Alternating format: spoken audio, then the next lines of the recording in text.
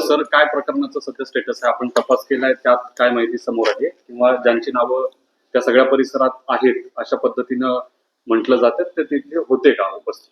आतापर्यंतच्या तपासात हे निष्पन्न आहे की एका व्यक्ती तिथे त्या लॉजवर गेला होता आणि काही आपत्तीजनक कृत्य त्यांनी केला होता आणि त्या अनुषंगाने ते फिर्याद आल्यानंतर ते 354 म्हणजे मॉलेस्टेशनचे प्रकार दिसून आल्यामुळे त्या व्यक्तीविरुद्ध गुन्हा दाखल करण्यात आलेली आहे.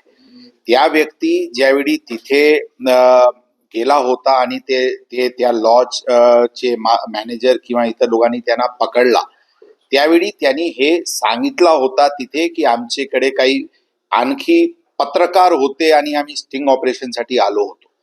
परंतु यामध्ये तपास अनुषंगाने जे काही सीसीटीव्ही आणि इतर सर्व टेक्निकल तपास करण्यात आलेली आहे, त्यामध्ये त्या परिसरात ते एकटाच होता आणि त्यांच्या सोबत कोणीही नव्हता अशा प्रकारचे तपासात स्पष्ट झालेली आहे. ते आरोपी सध्या फरार आहे. त्याचे विचारपूस केल्यानंतर आणखी काही गोष्टी समोर येऊ शकतील, परंतु आतापर्यंतच्या तपासात या प्रकरणात एकच आरोपी होता आणि त्या आरोपी सध्या फरार आहे. लोकप्रतिनिधीचा फोन आला असे? कोणताही लोकप्रतिनिधीचे मला किंवा आमचे कोणताही अधिकारीला या विषयावर कधीही फोन आला नाही.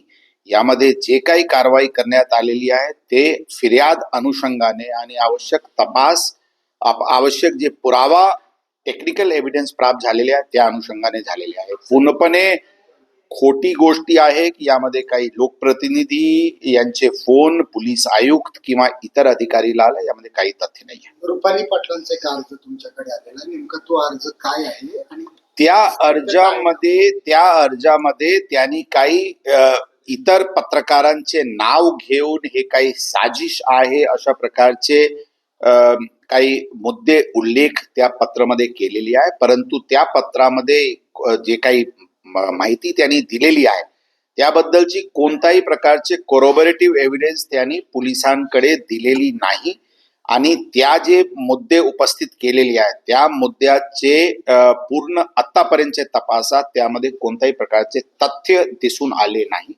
परंतु तपास पुढे सुरू आहे. सर, सोशल मीडियावरच्या काही गोष्टी समोर येतात की ही घटना घडली तेव्हा तिथे काही लोक उपस्थित होते, काही जणांना खाली मारहाण झाली, काही लोक पळून गेले. हे जे नरेटिव्ह सोशल मीडियावर वाचायला मिळते त्यात किती तथ्य आहे?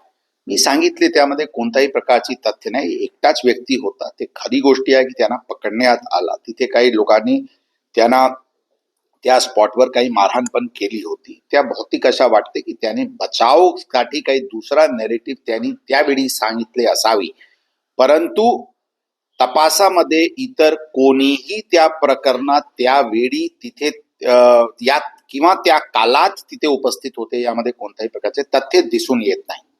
सर, एक शेवटचा प्रश्न की तुम्हाला या सगळ्या प्रकरणात आरोपीला वाचवण्याच्या साठी म्हणून काही लोकांनी फोन केले असं जे म्हटलं जातंय, तर तसं काही आहे? मला कोणताही प्रकारची फोन आरोपीला वाचवण्यासाठी किंवा गुन्हा दाखल करू नये यासाठी आलेली नाही. आरोपी स्वतः काही फोन नक्कीच केला होता की आमचेवर अशा प्रकारचे फिर्याद आलेली आहे आणि त्यामध्ये तथ्य नाही, आपण तपासून कारवाई करा अशा प्रकारचे आग्रह केला होता. परंतु यामध्ये जे फिर्यादी आले होते, फिर्यादी बद्दलचे जे इनिशियल पडताळणी केल्यानंतर गुन्हा घडला असल्याचे निदर्शनास आल्यानंतर गुन्हा दाखल करण्यात आले. आपण सीसीटीव्ही चेक केले कुठल्या हॉटेल्समध्ये, म्हणजे त्या लॉजच्या त्या परिसराचे मागचे हे जे आरोपी आहेत त्यांचे बॅक ट्रॅकिंग करून 2 तासाचे कालाचे म्हणजे घटना घडल्याची 2 तासापूर्वी पर्यंतची पूर्ण सीसीटीव्ही पडताळणी करण्यात आलेली आहे आणि त्या लॉजची पूर्ण रेकॉर्ड मागचे 1.5-2 वर्षाचे तपासण्यात आलेली आहे. ही आरोपी त्या लॉजमध्ये पूर्वी 3 वेळा आणखी गेले असल्याचे लॉजचे रजिस्टरवरून दिसून येते, परंतु इतर कोणत्याही गोष्टी समोर आलेली नाही.